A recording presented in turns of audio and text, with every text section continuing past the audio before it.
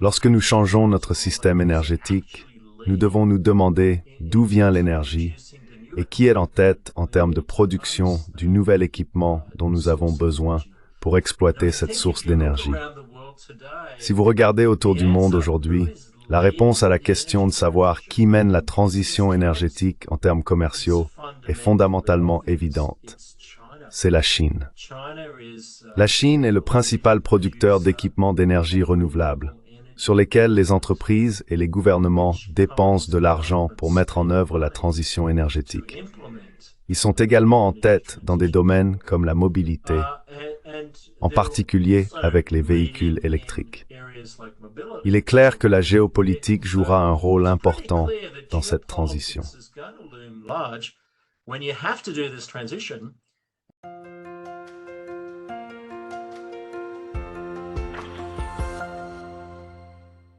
Hello everybody. This is Pascal from Neutrality Studies. Bonjour à tous, c'est Pascal de Neutrality Studies et aujourd'hui je parle avec le Dr Kingsley Jones, qui est un partenaire fondateur et directeur des investissements de Jevons Global, une société d'investissement basée en Australie. Avant de diriger sa propre entreprise, le Dr Jones a travaillé pendant de nombreuses années en tant que gestionnaire de portefeuille et chef des unités de recherche en trading quantitatif dans diverses autres entreprises. En bref, le Dr. Jones est un analyste professionnel qui accorde beaucoup d'attention aux impacts géopolitiques sur les marchés mondiaux. Aujourd'hui, nous voulons discuter de quelque chose qui est passé quelque peu inaperçu et qu'il m'a signalé, à savoir le lien entre ces changements fondamentaux que nous observons en ce moment. D'une part, une transition énergétique loin des combustibles fossiles, et d'autre part, une transition de pouvoir dans la géopolitique internationale, loin du capitalisme libéral centré sur l'Occident, si c'est le bon terme à utiliser. Mais nous voulons rassembler tout cela aujourd'hui. Dr. Jones, merci de vous joindre à moi. Dr. Jones, thank you for joining me today.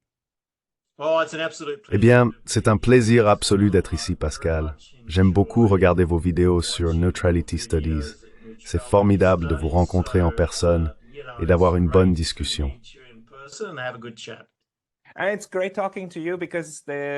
Et c'est génial de parler avec vous, parce qu'il n'y a pas beaucoup d'analystes qui essayent d'utiliser la géopolitique sur les marchés. Bien sûr, tout le monde doit l'utiliser un peu. Mais pour vous, c'est votre pain quotidien, comme vous l'avez mentionné avant notre discussion. Vous essayez de voir la situation dans son ensemble, surtout pour les investissements à long terme. Cela doit être très concret, n'est-ce pas? Parce que vous faites des investissements réels. Alors pourquoi pensez-vous que cela a été sous-estimé?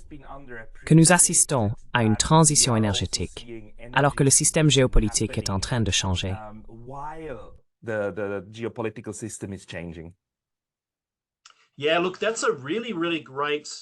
Oui, écoutez, c'est un sujet vraiment intéressant à explorer.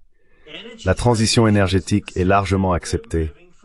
Nous nous éloignons des combustibles fossiles et avons besoin de nouvelles sources d'énergie, qu'il s'agisse d'énergie renouvelable comme le solaire, l'éolien, les marées et l'hydroélectricité, ou peut-être du nucléaire en marge, ou même de nouvelles idées qui ne sont pas encore pleinement développées. Donc, la transition énergétique est un enjeu important. C'est accepté. Donc, c'est une question valable. Pourquoi cela serait-il lié à la géopolitique? Étant donné les changements géopolitiques actuels, nous ne pouvons pas ignorer les connexions potentielles. Y a-t-il une raison pour laquelle ces deux choses sont liées?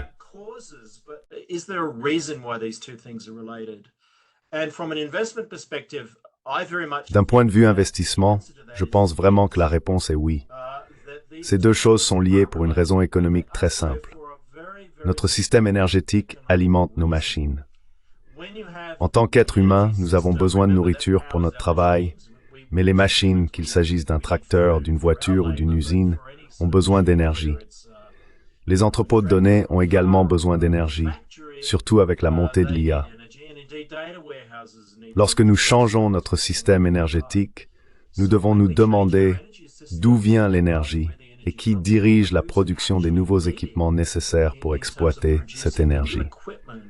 Si vous regardez autour du monde aujourd'hui, La réponse à la question de savoir qui dirige la transition énergétique en termes commerciaux est fondamentalement évidente.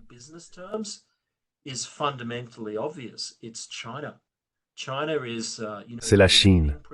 La Chine est le principal producteur d'équipements pour les énergies renouvelables, sur lesquels les entreprises et les gouvernements dépensent de l'argent pour mettre en œuvre la transition énergétique.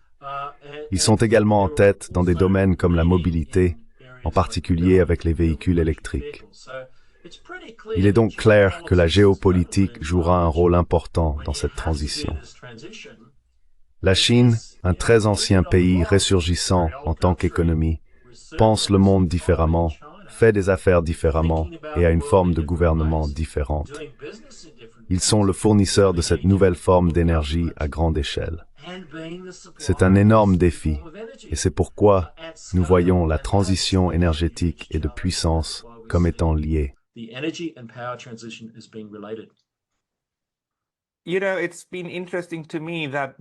m'a été intéressant de constater que l'administration Biden, et même avant lui, l'administration Trump, ont été très désireuses de projeter cette image. Ils croient que si nous coupons simplement la Chine des marchés occidentaux, en particulier dans les technologies de pointe et la technologie des microprocesseurs, qui est fondamentalement une technologie de lithographie, alors le problème sera résolu. Ce ne sont pas les puces. Ce sont les machines qui fabriquent les puces qu'ils essayent de restreindre. Ils pensent que la Chine ne pourra plus progresser. Mais maintenant, vous dites que ce n'est même pas ça. C'est l'énergie.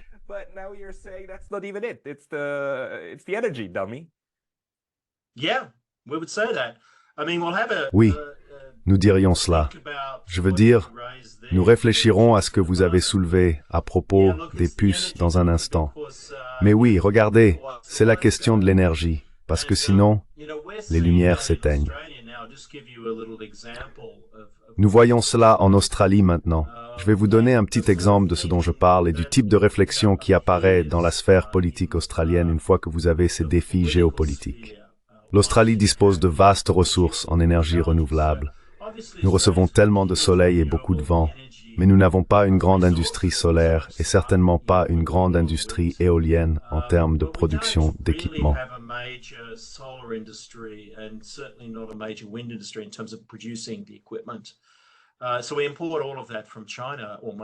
Nous importons donc la plupart de cela de Chine. Il n'y a qu'une très petite part de la production australienne de panneaux solaires au niveau national. La Chine est vraiment le leader en termes de prix et de plus en plus le leader en termes de qualité dans ce domaine. L'Australie n'a donc guère d'autre choix que d'acheter à la Chine pour le moment. Mais cela inquiète les gens et ils se demandent, sommes-nous trop dépendants de la Chine? Je ne sais pas. Ils dépendent aussi de nous. Nous leur envoyons tout le minerai de fer. Ils sont notre plus grand partenaire commercial.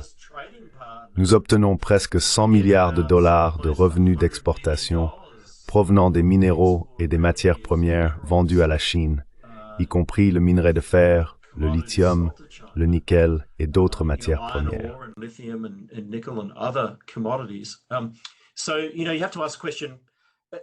Alors vous savez, il faut poser la question, sommes-nous vraiment à risque que la Chine nous coupe des approvisionnements en énergie solaire si nous pouvions les couper du minerai de fer et d'autres choses? Probablement pas. Pas parmi les gens sensés. Si vous avez une relation diplomatique sensée avec un autre pays qui est un partenaire commercial majeur, vous devriez être capable de gérer ces risques. Mais regardez, voici le hic. En Australie, parce que la Chine est le grand éléphant dans la pièce Asie-Pacifique, nos politiciens commencent à s'inquiéter de cela. Alors maintenant, nous devons subventionner des montants massifs d'argent, mesurés en milliards, pour la création de nouvelles centrales solaires dans la Hunter Valley.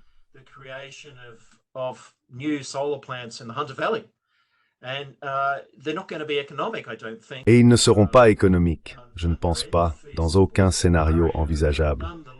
Mais néanmoins, nous allons dépenser cet argent pour les mettre en place.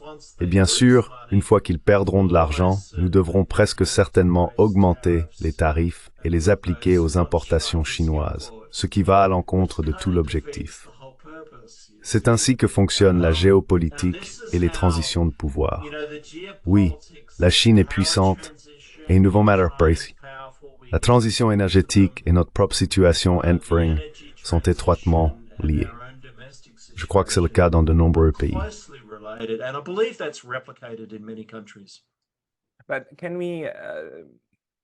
Mais pouvons-nous, mis à part le fait qu'en Occident, nous ne sommes malheureusement pas bénis avec beaucoup de dirigeants sensés, mettre cela de côté un moment? Comment voyez-vous le fait que la Chine mène maintenant cette nouvelle forme d'exploitation de l'énergie? Comment cela s'articule-t-il avec le jeu de pouvoir entre les États-Unis et peut-être aussi la Russie? La géopolitique de tout cela, car l'énergie est souvent un moteur des décisions géopolitiques. La raison pour laquelle les Japonais sont allés vers le sud pendant la Seconde Guerre mondiale était d'atteindre le pétrole en Indonésie. Ils manquaient de pétrole parce que les États-Unis les avaient coupés. C'était un casus belli, en gros. L'énergie et l'accès à l'énergie influencent la pensée géopolitique. Maintenant, dans le cas des énergies renouvelables, comment pensez-vous que cela influence les décisions géopolitiques en Chine et aux États-Unis?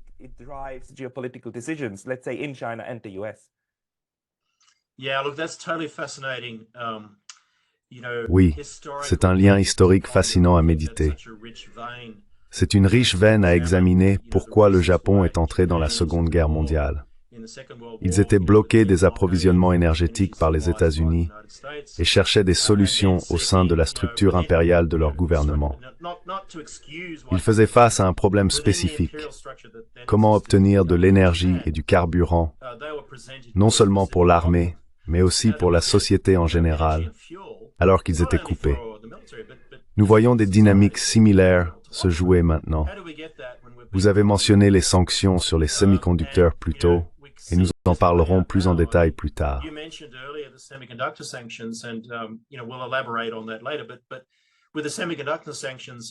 Mais avec les sanctions sur les semi-conducteurs, il y a, pour moi personnellement en tant qu'investisseur, un parallèle assez choquant avec l'ère pré-Seconde Guerre mondiale avec le Japon.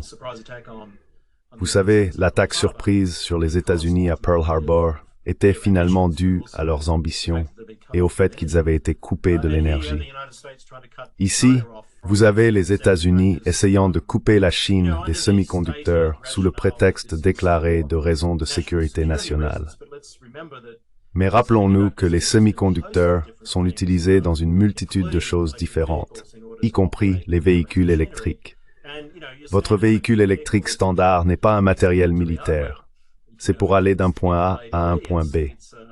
Ce sont principalement des civils qui achètent des VE et les font mener leur vie ordinaire.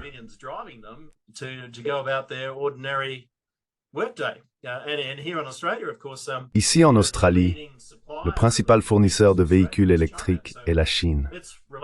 Relions toutes ces choses ensemble. Pendant la présidence de Trump, il y avait des craintes initiales concernant la maîtrise de la Chine, ce qui a conduit à des tarifs pour empêcher les VE d'entrer aux États-Unis. C'est un mouvement inverse par rapport aux sanctions contre la Chine pour les empêcher d'obtenir des semi-conducteurs. Si cela s'arrêtait là, peut-être que ce ne serait pas un problème. Mais si vous essayez d'empêcher la Chine de développer ses propres semi-conducteurs et de ne pas leur permettre de les acheter, et qu'ils sont essentiels aux VE, nous voyons comment cette transition énergétique et cette transition de pouvoir se sont heurtées et sont devenues un problème épineux.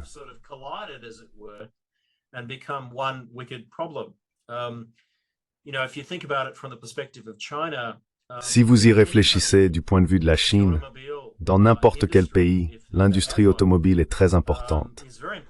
Regardez l'Allemagne et l'Europe ou le Japon pour la fabrication automobile. C'est une grande partie de leur économie.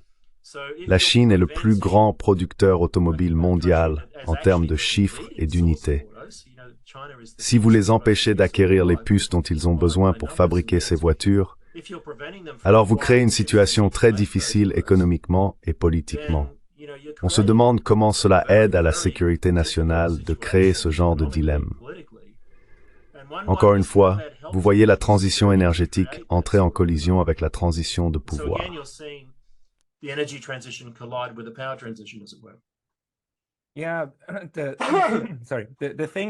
Oui, désolé.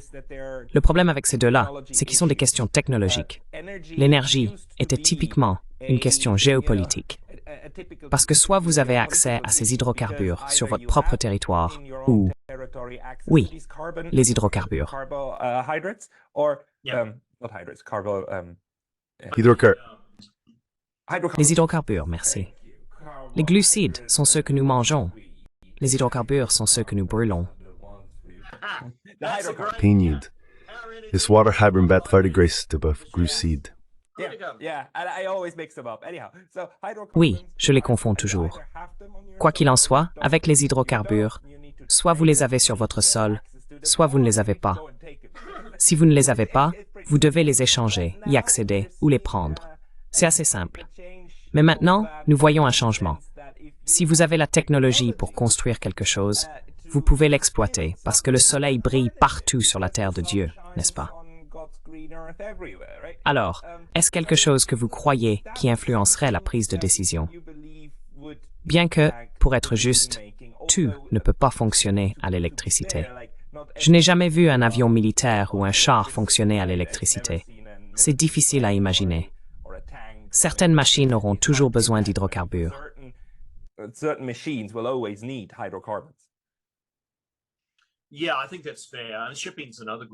Oui, je pense que c'est juste. Le transport maritime est un autre bon exemple. Il faut tellement d'énergie pour déplacer un navire sur de longues distances. Ce serait dommage d'avoir un navire à batterie et de se retrouver avec une seule barre au milieu du Pacifique. Vous seriez alors un peu coincé. Donc, en notant ce fait, si nous reprenons ce fil, je pense que ce qui est intéressant, c'est la raison pour laquelle, historiquement, lorsque nous avons eu une transition énergétique, et ce n'est pas la première, n'est-ce pas? Remontons à l'âge de pierre et à la découverte du feu. Transformer les arbres en chaleur pour rester au chaud et cuisiner a peut-être été la première transition énergétique. Et puis beaucoup d'autres depuis, comme avec la révolution industrielle, nous avons eu le charbon.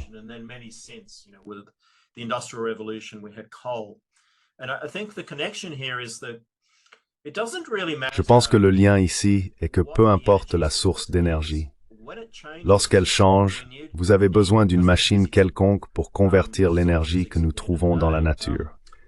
C'est de la physique à la fin de la journée. Que ce soit des glucides pour notre système digestif en tant que nourriture, des hydrocarbures pour le moteur à combustion interne d'une automobile, ou de l'électricité pour une batterie, nous avons besoin de machines pour cela.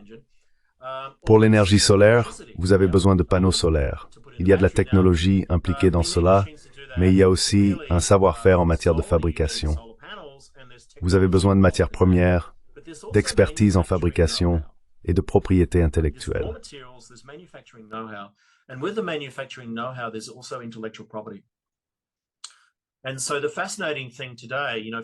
Et donc, ce qui est fascinant aujourd'hui, si vous pensez à ce que vous avez mentionné plus tôt avec le président Donald Trump, c'est cette idée que les États-Unis sont la plus grande nation sur Terre.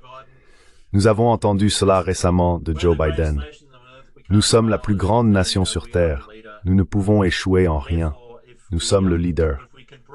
Par conséquent, si nous pouvons empêcher le reste du monde d'obtenir notre savoir-faire et notre technologie en les empêchant de les recevoir, alors ils vont simplement dépérir et mourir. Sans nous, il n'y a aucune possibilité qu'ils puissent jamais innover et avancer. C'est une idée très simpliste qui ne devrait pas être acceptée dans le monde moderne.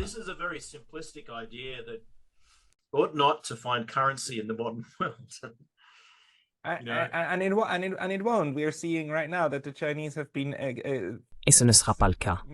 Nous voyons en ce moment que les Chinois ont fait des avancées significatives dans leur propre fabrication de puces domestiques, tout comme avec les panneaux solaires.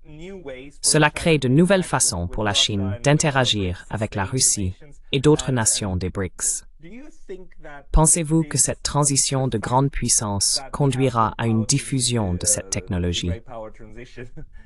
Ou pensez-vous que des pays comme la Chine garderont encore ces technologies très jalousement, même au sein du bloc des BRICS?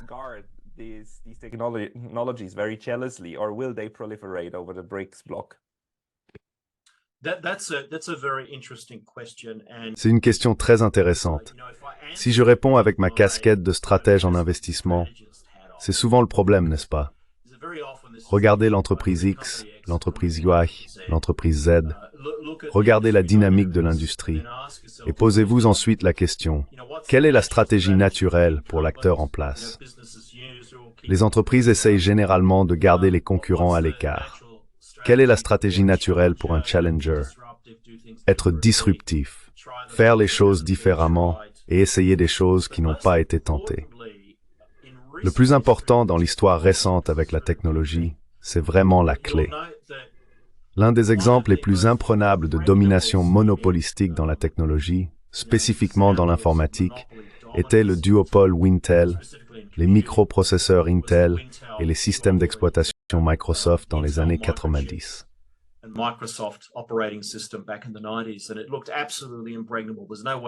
Et cela semblait absolument imprenable. Il n'y avait aucun moyen de battre ces gars-là. Ils avaient tout verrouillé. Eh bien, c'était avant que les avocats ne s'impliquent dans l'antitrust. Mais mettons ça de côté. La communauté des développeurs de technologie a mis les bouchées doubles sur la disruption une fois que le système d'exploitation Linux est arrivé. C'était open source et collaboratif. C'était une question de partage des outils. Les développeurs de Linux étaient comme des barbares aux portes de la ville. Pas les gens civilisés de Redmond, pas Bill Gates, pas l'homme le plus riche du monde. Ils étaient les gens non civilisés tentant de dévaster la citadelle et de revendiquer le prix à l'intérieur.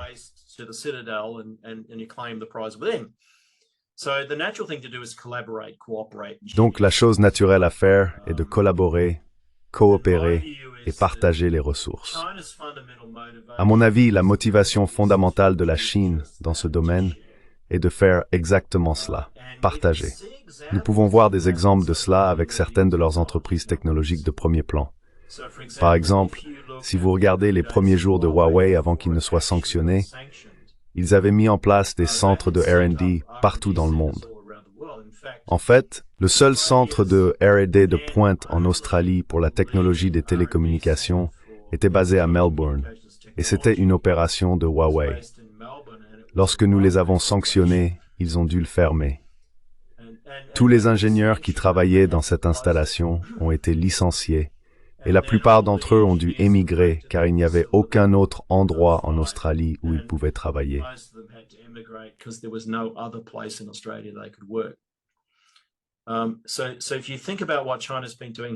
Donc, si vous pensez à ce que la Chine a fait historiquement, ils ont en fait le contraire de ce que beaucoup prétendent, c'est-à-dire essayer de garder toutes leurs cartes près de la poitrine. Non, ce qu'ils ont fait, c'est en réalité sortir dans le monde et essayer de mobiliser des ressources sur le terrain, dans ces pays avec lesquels ils sont finalement en concurrence, mais aussi chercher à les ouvrir comme marché. Maintenant, bien sûr, avec Huawei, cela a pris fin. Mais si vous regardez Contemporary Amperex Technology, qui est le principal fabricant de batteries lithium-ion dans le monde et est basé en Chine, ils ont une stratégie technologique assez ouverte. Maintenant, cela ne signifie pas qu'ils la donnent.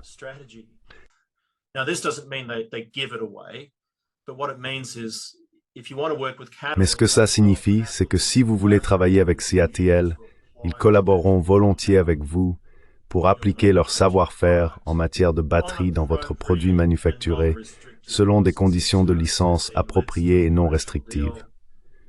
Essentiellement, faisons un accord commercial. Ils sont très ouverts aux affaires. Cette approche n'a pas été très réussie aux États-Unis. Cependant, ils ont conclu un accord avec Ford Motor Company parce que cela avait un sens commercial pour Ford. Lorsque Ford a voulu construire une usine de batterie aux États-Unis, ils ont décidé de licencier la technologie de CATL. C'est parce qu'il n'y a pas de constructeur automobile américain avec une technologie comparable dans ce domaine, à part Tesla. Même Tesla a licencié et utilisé la technologie des batteries de BYD et CATL.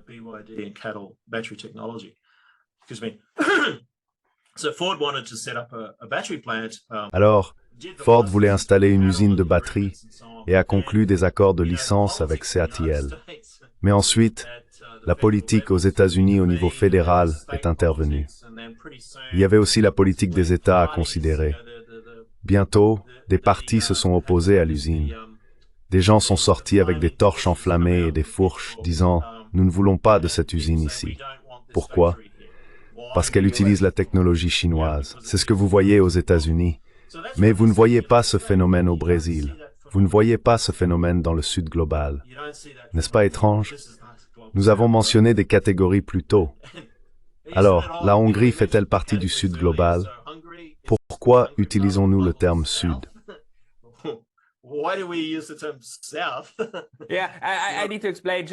Oui, je dois expliquer. Juste avant que nous commencions à filmer, nous parlions de l'hypocrisie de l'Occident. Quiconque est considéré comme bon est compté parmi les démocraties libérales, même si c'est l'Arabie saoudite. Et quiconque ne suit pas le mouvement, comme la Hongrie, est immédiatement jugé autocratique en devenir. C'est le contexte.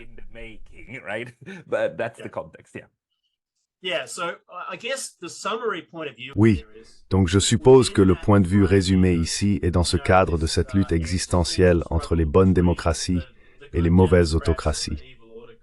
L'hypothèse sous-jacente est que les démocraties innovent, coopèrent et collaborent, tandis que les autocraties ne peuvent pas innover parce qu'elles sont autocratiques.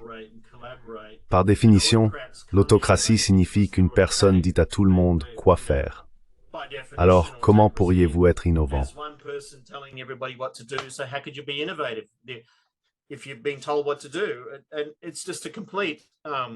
Si on vous dit quoi faire, c'est une simplification complète. C'est du non-sens, du pur non-sens. Évidemment, ces systèmes relativement centralisés, comme la Chine, le Vietnam et la Russie, se sont développés magnifiquement. Ils ont des économies fonctionnelles et opérationnelles. Puisque vous êtes un investisseur et que vous devez en savoir beaucoup sur différents environnements d'investissement, j'aimerais savoir ceci de votre part. Quels sont les risques d'investir dans le développement technologique en Chine par rapport aux risques d'investir dans le développement technologique aux États-Unis? Aux États-Unis, vous pourriez investir beaucoup d'argent dans quelque chose qui échoue finalement. En Chine, j'ai entendu dire que les marchés sont très protectionnistes, ce qui rend difficile l'innovation et l'investissement étranger. Que pouvez-vous nous dire à ce sujet?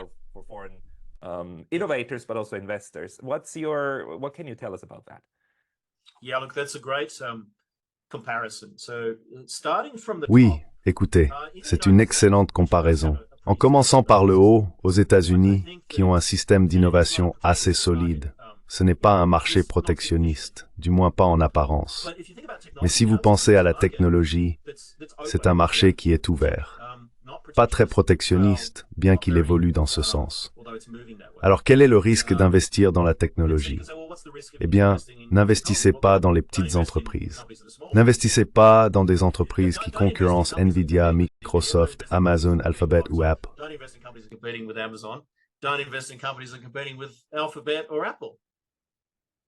Oui, puis sont les acteurs dominants sur le marché.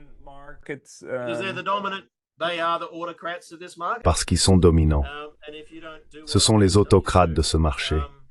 Si vous ne faites pas ce qu'ils vous disent, vous n'avez pas de chance. Même si ces entreprises pratiquent un style de gestion ouvert, c'est encore assez réglementé en termes de ce qu'elles vous permettent de faire.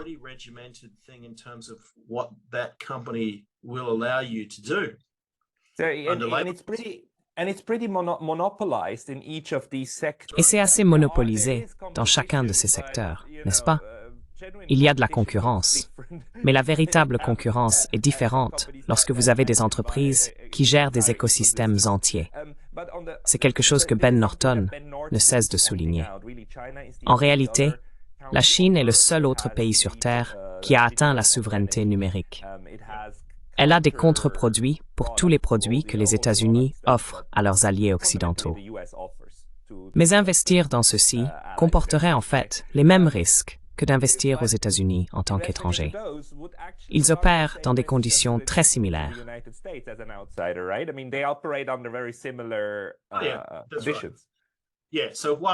Oui. Donc, Huawei sera assez dominant sur le marché chinois, par exemple, tout comme KTL et BYD.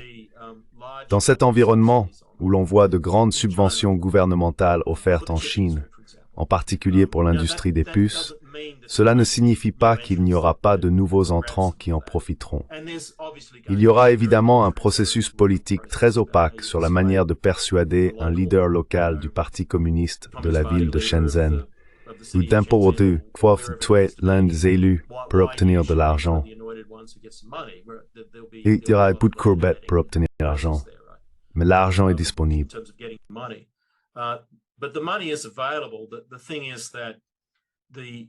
Le fait est que je pense que le Parti communiste chinois et le gouvernement associé, qui comportent de nombreux niveaux différents, fonctionnent différemment de ce que certains pourraient supposer. Il est imprudent de penser que Xi Jinping se réveille le matin et dit à tout le monde quoi faire. Ce n'est pas ainsi que fonctionne la Chine contemporaine, ni comment la Chine dynastique fonctionnait. Si vous considérez les dynamiques, les risques en Chine, que ce soit à l'intérieur ou à l'extérieur du pays en termes d'investissement technologique, sont significatifs. Un risque est de ne pas investir parce qu'ils ont un énorme système d'innovation. Il y a de nombreux scientifiques et ingénieurs qui opèrent maintenant à un niveau véritablement mondial et font de nouvelles choses tout le temps. Vous voyez cela dans le domaine des batteries lithium-ion et des panneaux solaires.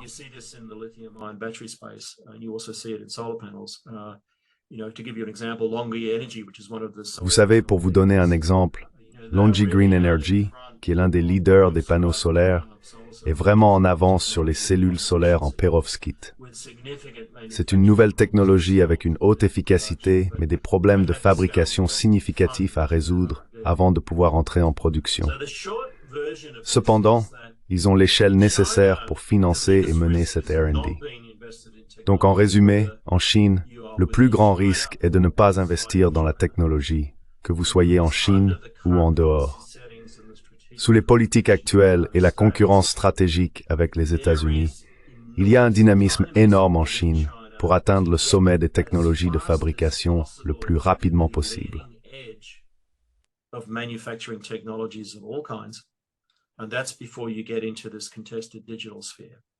Et cela avant même d'entrer dans cette sphère numérique contestée. Je pense que de l'extérieur de la Chine, la rhétorique standard est que tout cela concerne l'APL et l'armée. Je pense que c'est absurde. Le principal moteur en Chine est le monde impitoyable du commerce. Regardez simplement la concurrence brutale dans les véhicules électriques. Il ne s'agit pas d'un champion d'État avec un robinet de liquidité d'un côté et des voitures qui sortent de l'autre.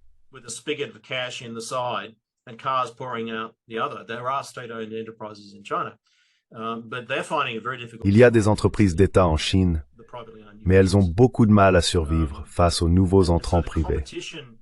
La concurrence sur le plus grand marché automobile du monde, qui est la Chine, avec le plus grand nombre de prétendants aux véhicules électriques, est tout simplement féroce. C'est absolument féroce. Le rythme de l'innovation est vraiment incroyable. Je suis propriétaire d'une Tesla. J'ai acheté une Tesla Model 3 il y a environ 18 mois en Australie. Quand je regarde le tableau de bord maintenant, il semble fatigué. C'est comme une Morris des années 1950. Quand je monte à l'intérieur, après avoir vu les intérieurs des voitures qui sortent maintenant de Chine, cela semble dépassé.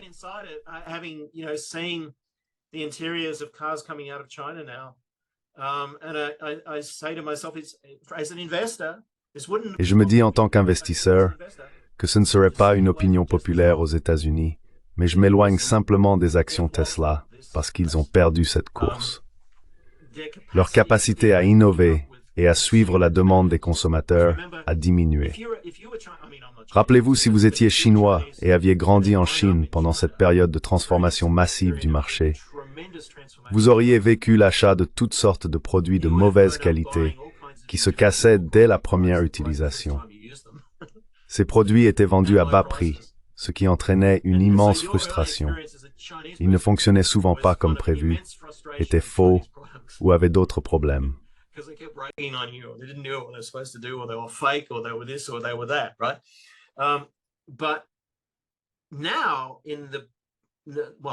Mais maintenant, sur ce marché commercial particulier en Chine, vous avez des centaines de millions de personnes dont l'expérience de vie est de rejeter immédiatement tout produit de qualité inférieure.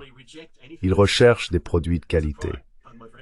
Les Chinois eux-mêmes, y compris les entreprises privées qui ne suivent pas strictement les directives du gouvernement central, vous diront que le plus grand problème en Chine est de satisfaire le consommateur. Ce sont les consommateurs les plus exigeants au monde. Si vous pouvez satisfaire un consommateur chinois, il s'ensuit que vous pouvez satisfaire n'importe qui, n'importe où. C'est le risque de ne pas investir dans la technologie en Chine. This is the thing. And this is the risk of not investing in technology in China. C'est tellement intéressant. Et je dois juste souligner que nous ne donnons aucun conseil en matière d'investissement, n'est-ce pas? Ce n'est pas un conseil en investissement. Nous parlons juste de mon nom personnel. En tant que porteur de Tesla, je n'achèterai pas l'action. Posséder la voiture, pas l'action.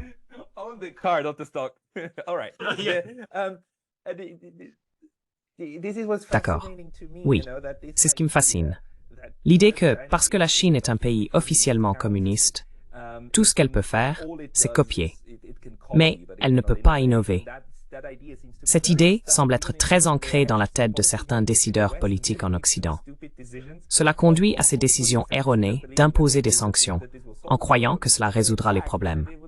En fait, un universitaire chinois a souligné que la Chine est une économie de marché, mais pas un pays capitaliste.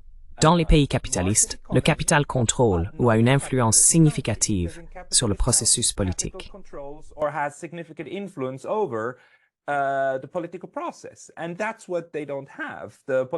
Et c'est ce qu'ils n'ont pas. Le processus politique gouverne l'économie, et non l'inverse. Cependant, depuis Deng Xiaoping, l'économie a été structurée comme une économie de marché. C'est comme, d'accord, vous allez tous concourir, et les meilleurs monteront au sommet, puis vous continuerez à concourir. Ils utilisent donc ce modèle, et il produit des résultats depuis plus de 30 ans. Cela me fait rire que l'Occident trouve cela si difficile à comprendre. Si vous rompez les liens commerciaux, les Chinois trouvent simplement façon de faire parce qu'ils peuvent.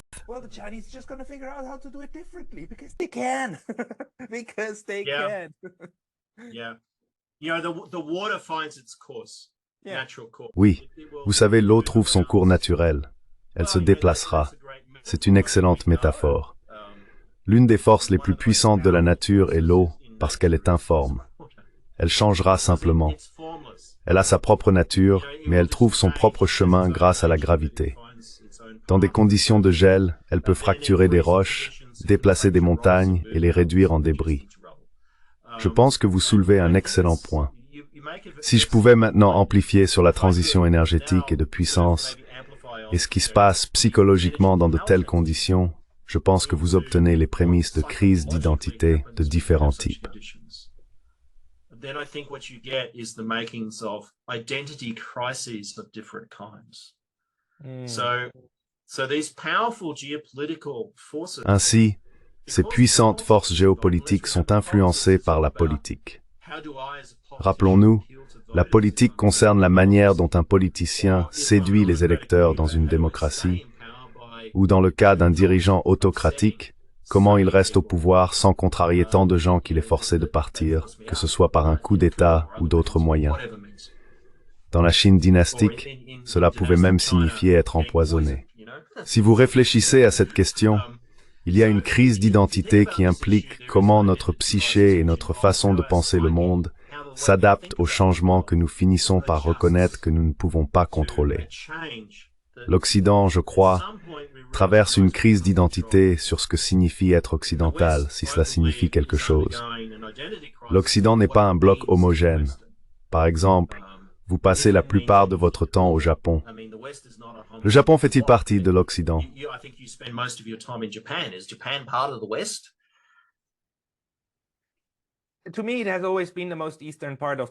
Pour moi, le Japon a toujours été la partie la plus orientale de l'Occident, parce que c'est ce que l'on ressent. Mais c'est aussi par choix et par conception. Les Japonais, il y a 150 ans, ont choisi de se découpler du continent et de commencer à imiter les Américains et les Européens. Et cela se voit aujourd'hui. Ils le font à leur manière, mais c'est très structuré de cette façon. La vie semble différente en fait. Déjà à Taïwan et en Asie du Sud-Est, c'est sûr, on ressent une ambiance très différente. En ce sens, c'est pourquoi je considère le Japon comme faisant partie de l'Occident collectif quand on le met ensemble. Bien que le Japon soit très brillant pour faire croire aux autres qu'il fait la même chose, tout en faisant en réalité quelque chose de complètement différent, en passant sous le radar.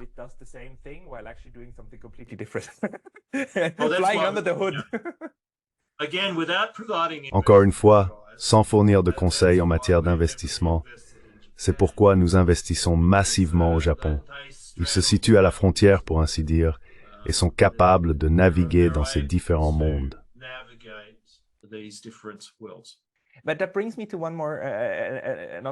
Mais cela m'amène à une autre question que j'avais en tête plus tôt, que j'aimerais vous poser maintenant. Les changements géopolitiques entraînent des restrictions sur ce qui est échangé ou sur ce que les États-Unis aimeraient ne pas voir échangé. Mais cela conduit également à de nouveaux flux commerciaux au sein des blocs. Il y a tout ce concept de friendshoring. Maintenant, nous voyons soudainement des technologies critiques taïwanaises du fabricant de puces TSMC construire une usine au Japon au lieu de produire localement parce qu'ils veulent diversifier le risque. Le risque géopolitique, c'est-à-dire. Ils veulent avoir une usine hors de portée de frappe, toujours à portée de frappe des Chinois, mais cela pourrait ne pas être une cible principale. Cela conduit maintenant à une nouvelle diversification dans le commerce et l'utilisation de la technologie. Comment pensez-vous que cela va continuer et quel sera l'impact de ce nouvel environnement commercial?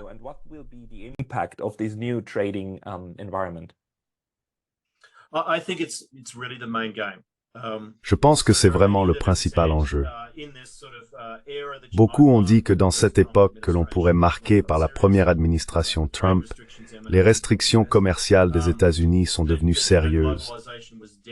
Certains ont affirmé que la mondialisation était morte. Cependant, si vous regardez la composition du commerce, la mondialisation n'est pas du tout morte. En fait, elle continue. Le commerce mondial, en tant que part de l'économie mondiale, est toujours en hausse. C'est juste qu'il diminue dans certains endroits et augmente dans d'autres.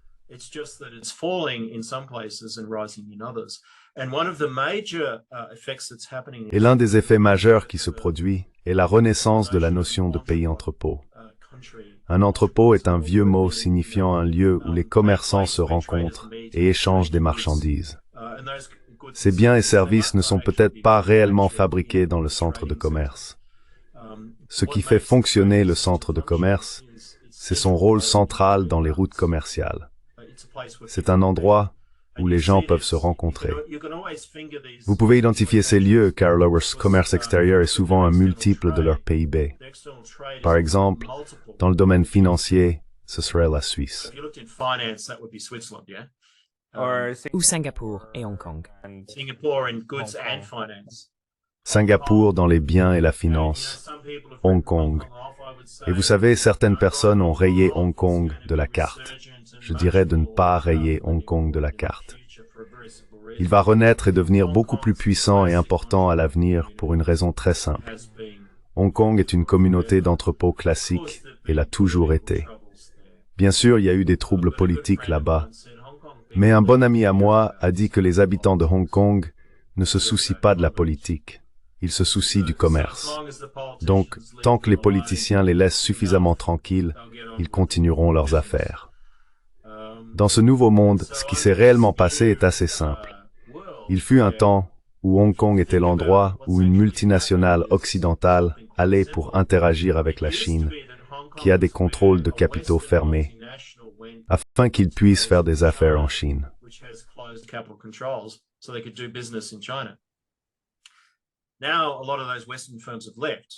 Maintenant, beaucoup de ces entreprises occidentales sont parties. Alors, qui seront les nouvelles personnes qui viendront à Hong Kong pour les remplacer? Ce seront les multinationales chinoises du continent, cherchant à échapper au contrôle des capitaux en Chine. Elles ont besoin d'une économie basée sur le dollar, grâce à l'ancrage de Hong Kong pour faire des affaires avec le reste du monde, et ensuite gérer leur rapatriement à travers le système de contrôle des capitaux vers le continent. Donc Hong Kong n'a pas du tout perdu son rôle. En fait, son rôle s'est amplifié et est devenu encore plus important. Nous pensons qu'il y a eu un ajustement nécessaire alors que les gens réfléchissaient à jusqu'où irait cette répression politique à Hong Kong. De toute évidence, le gouvernement chinois s'est inquiété qu'il puisse y avoir des ambitions séparatistes ou démocratiques.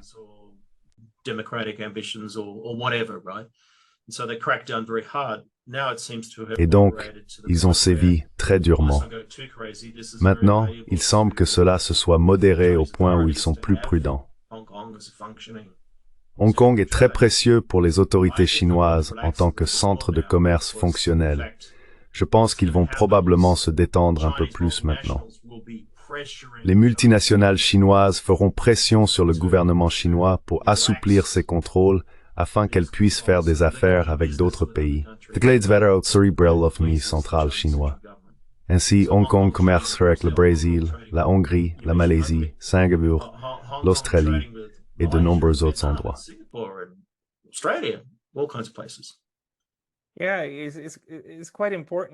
Oui, c'est assez important. Encore une fois, c'est le récit trompeur de l'Occident qui obscurcit la compréhension. Cela vous fait croire que Hong Kong était complètement intégré à la Chine et est le même maintenant. Non, ils ont toujours un système réglementaire spécial qui est différent de la Chine continentale. La seule chose que la Chine a faite est de construire un pont juridique qui leur permet de retirer toute personne qu'ils veulent qui pourrait être impliquée dans des mouvements séparatistes ou des activités similaires. C'est tout ce qu'ils ont fait. Mais le reste intact jusqu'en 2047 ou 2049. Hong Kong a toujours des lois spéciales distinctes, en particulier régissant le secteur des affaires.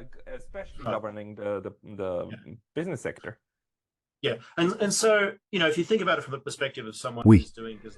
Donc, si vous y pensez du point de vue de quelqu'un qui fait des affaires à l'international, je ne dis pas que ces personnes devraient ignorer la situation politique à Hong Kong ou ne pas plaider pour ce qu'elles pensent être une meilleure façon pour le gouvernement central en Chine de gérer la question de Hong Kong, quelle que soit la manière dont vous choisissez de la formuler. Mais ce que je dis, c'est que cela revient à la transition de pouvoir ici. Hong Kong est important tout au long de l'histoire à cause de son port, et de même pour Macao.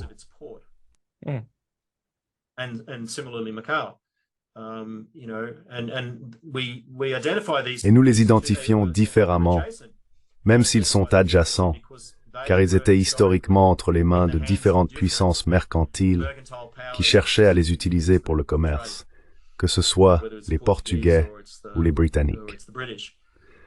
Si nous nous souvenons de la manière dont la connexion de Hong Kong à la Chine continentale est devenue importante, c'était à travers les intérêts de ce que nous appelons maintenant l'Occident, cherchant à vendre de l'opium en Chine.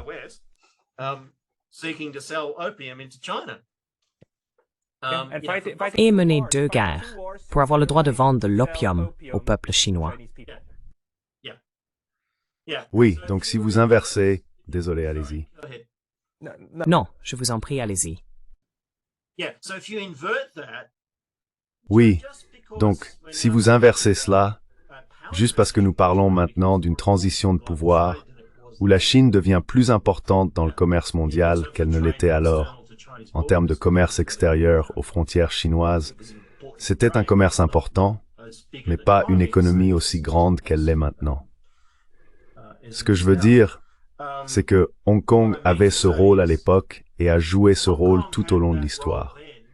Présumer qu'il ne jouera pas un rôle similaire à l'avenir, c'est mal comprendre pourquoi il a toujours été important.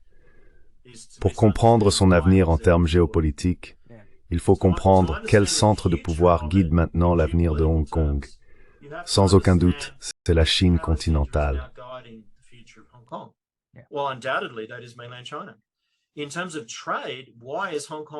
En termes de commerce, pourquoi Hong Kong est-il important? Parce qu'il est le point de connexion entre l'Est et l'Ouest. C'est l'endroit où une multinationale chinoise peut faire des affaires en dollars de Hong Kong, qui sont interchangeables avec les dollars américains, effectivement indexés. Elle peut utiliser le dollar américain pour le commerce international de manière efficace et se couvrir. C'est pourquoi je ne pense pas que le dollar américain disparaîtra du commerce. Ce n'est pas dans l'intérêt de la Chine que ça se produise. Si Hong Kong est leur principal portail vers le monde extérieur, les multinationales chinoises convertiront les dollars américains entrants, qui sont des dollars de Hong Kong, puis utiliseront ce qu'elles doivent pour les rapatrier en Chine continentale pour payer leurs impôts, construire leurs usines et faire ce qu'elles doivent faire.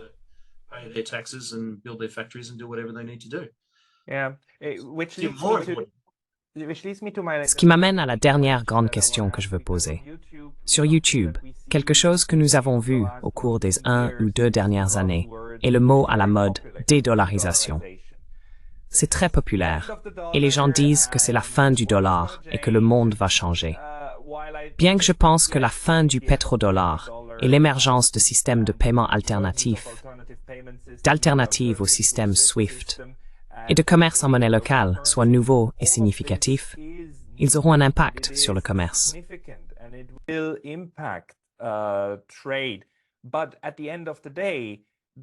Mais en fin de compte, l'important est que les marchandises circulent et que le commerce se fasse. La manière dont cela se passe est secondaire pour moi. Bien que je reconnaisse que cela donne une importance démesurée au dollar américain, réduire cela aura un impact domestique aux États-Unis. Cependant, je ne pense pas que ce sera aussi énorme que les gens le croient. Quelle est votre évaluation de ce changement de politique, du rôle du dollar et des nouveaux systèmes qui sont apparemment en train d'être créés en ce moment?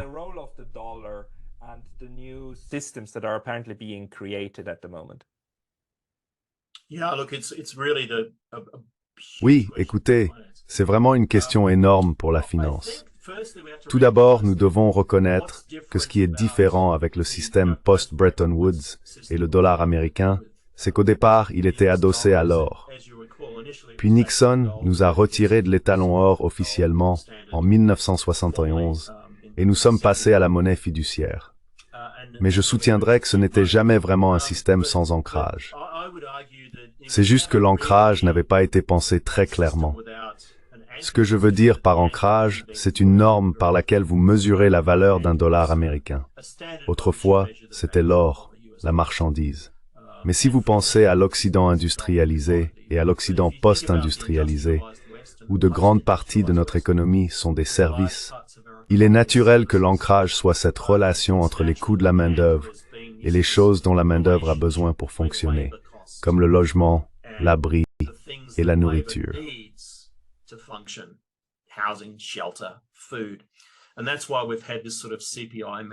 Et c'est pourquoi nous avons eu ce genre de gestion de l'IPC, l'inflation des prix à la consommation, la politique monétaire, pour gérer la valeur de la monnaie fiduciaire selon une sorte de norme notionnelle qui est une inflation de 2% ou autre. Maintenant, ce système est évidemment en train de se briser en ce moment. Il se brise de plusieurs façons. Il se brise parce que nous voyons des augmentations du coût de la vie qui mènent à des troubles politiques extrêmes aux États-Unis, en Europe et même en Australie.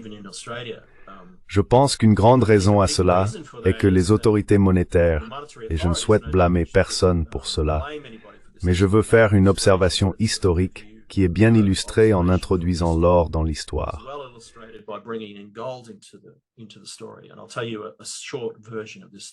Et je vais vous raconter une version courte de cette histoire.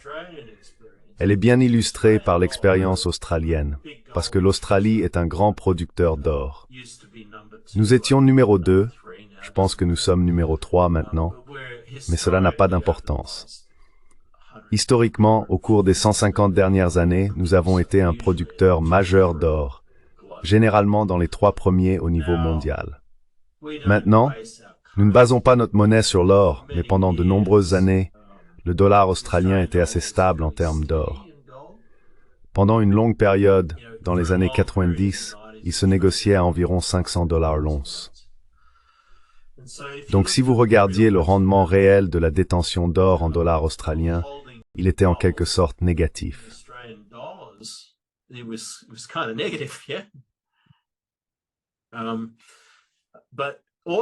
Oui, Mais tout cela a changé lorsque la Chine est entrée à l'OMC. J'ai fait une petite recherche à ce sujet et je vais vous donner la version courte. Ce qui s'est passé après, et ce n'était pas spécifiquement l'entrée à l'OMC, c'est que le commerce de la Chine avec le monde a augmenté à cette époque. La raison pour laquelle ils sont entrés à l'OMC était que leur niveau de commerce augmentait et ils avaient besoin de se normaliser. Si vous mesurez le rendement de la détention d'or en dollars australiens et non en dollars américains, depuis environ 2002, lorsque la Chine est entrée à l'OMC, c'est un chiffre choquant. Le rendement nominal est entre 8 et 9% par an. Waouh, c'est mieux qu'un compte bancaire. Donc cela devrait vous dire que quelque chose de bizarre se passe, non? So that ought to tell you that something weird is going on, right?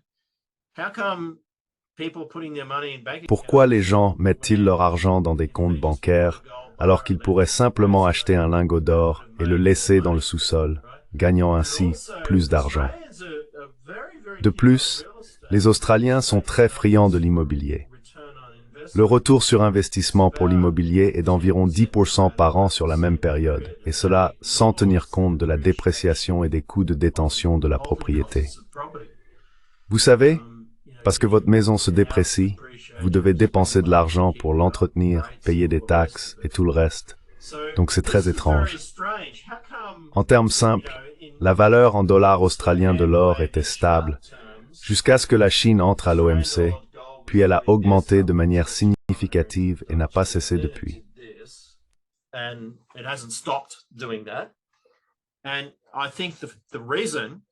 Je pense que la raison, et les gens peuvent ne pas être d'accord, est que nous gérions notre politique monétaire en fonction de l'indice des prix à la consommation, IPC. Une composante significative de l'IPC en termes de prix était les biens échangés provenant de Chine, qui devenaient moins chers. Donc, imaginez que vous gérez votre taux d'intérêt en disant « Tant que l'inflation n'est pas au-dessus de 2%, tout va bien. » Mais une partie de ce panier diminue en raison des biens moins chers venant de Chine, tandis que l'autre partie du panier augmente en raison des coûts de logement et des loyers, qui se traduisent par des coûts de main-d'œuvre.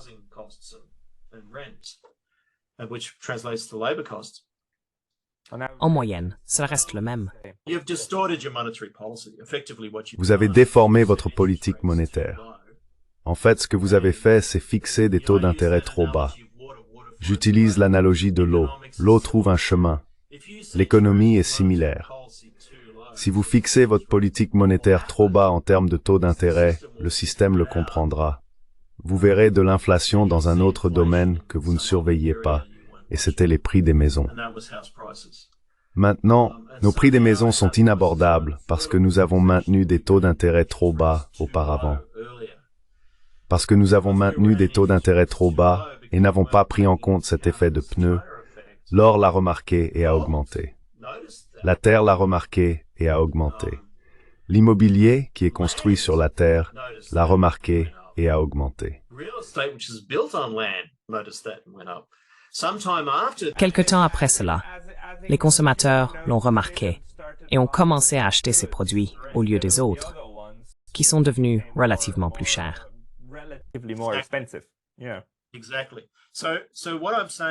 Exactement.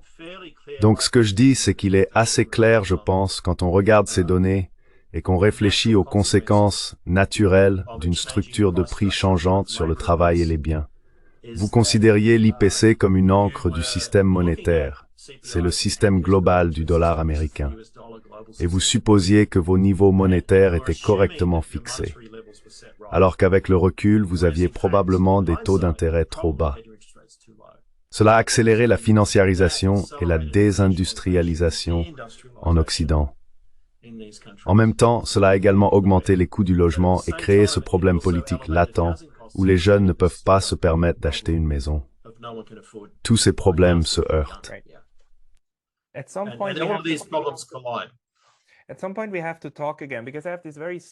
À un moment donné, nous devons reparler, parce que j'ai le sentiment très fort que les gens comprennent mal les devises. Pour vous, en tant qu'investisseur, les devises ne sont qu'une autre option dans un portefeuille, n'est-ce pas? Vous êtes conscient que tout se négocie en relation avec tout le reste et ne fait que monter et descendre. Ce n'est pas que tout est ancré au dollar américain. Et si le dollar américain baisse, alors les autres montent. Ce n'est tout simplement pas comme ça que ça fonctionne. En ce sens, je pense qu'il y a un malentendu. Les gens pensent souvent qu'une devise qui baisse est faible et équivaut à quelque chose de mauvais. Mais non, une devise bon marché signifie une chose. Les biens qui viennent de l'extérieur deviennent plus chers et vos propres biens vers l'extérieur deviennent moins chers. Cela signifie que vous finissez problématiquer votre structure économique pour faire plus temps. Pascal, tu as besoin d'un prix Nobel d'économie parce que c'est vrai. Merci beaucoup. Mais pourquoi tant de gens ne comprennent-ils pas cela? Un dollar américain bon marché, mes amis, sera bénéfique pour les États-Unis car il se restructurera sur 10 ans et redeviendra une puissance manufacturière, ce qu'ils veulent déjà faire de toute façon. C'est un bon tarif. C'est ce que j'appellerais un bon tarif. Il a l'effet que les gens attendent des tarifs. Alors continuons comme ça. D'accord? Regardez le Japon. Bien sûr, l'économie est un peu faible en ce moment, mais vous avez ce yen très faible, ce qui a rendu la fabrication japonaise beaucoup plus compétitive.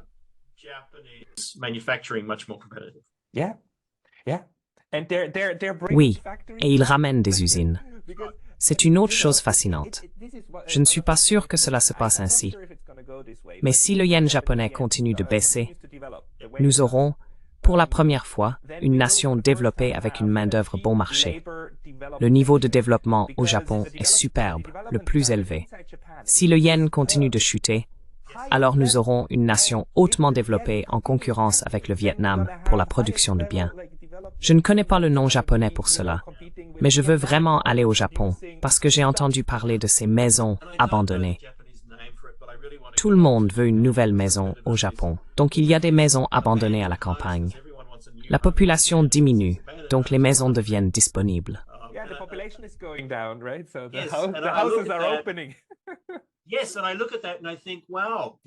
Et je regarde cela et je pense, eh bien, à l'exception des défis liés à l'immigration et à la langue.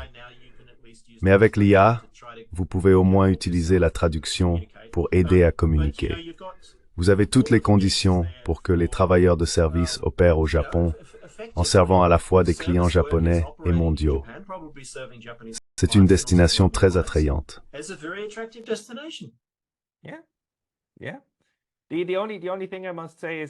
La seule chose que je dois dire, c'est que le plus grand problème est réglementaire. La population étrangère au Japon est inférieure à 2%. Oui, bien sûr. Et ils ne visent pas à l'augmenter. Ils ont des barrières structurelles.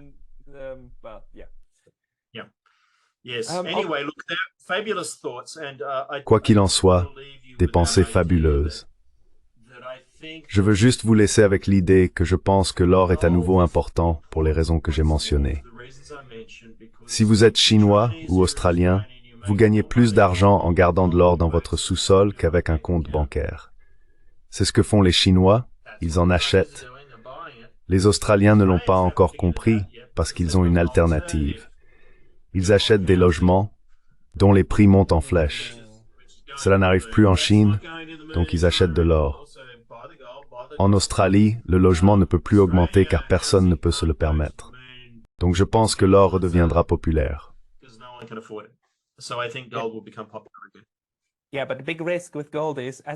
Oui, mais le grand risque avec l'or est comme avec tout autre bien, que si les gens arrêtent d'en acheter, alors le prix va redescendre. Donc tant que les gens continuent d'en acheter. Quoi qu'il en soit, nous avons un peu dévié, à gauche et à droite, dans toutes sortes de sujets. Mais j'espère que tout le monde a apprécié cela. Je voudrais remercier le Dr. Kingsley Jones pour votre temps. Vous avez mentionné que vous avez un Substack. Où les gens peuvent-ils vous suivre?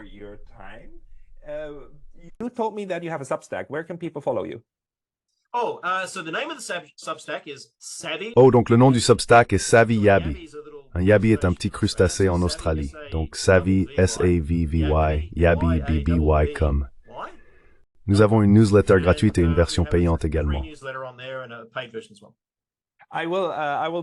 Je mettrai les liens dans la description. J'ai vraiment apprécié la discussion avec vous, Dr. Jones. À la prochaine. See you next time. Thank you. Pascal, Pascal, Ital Outling.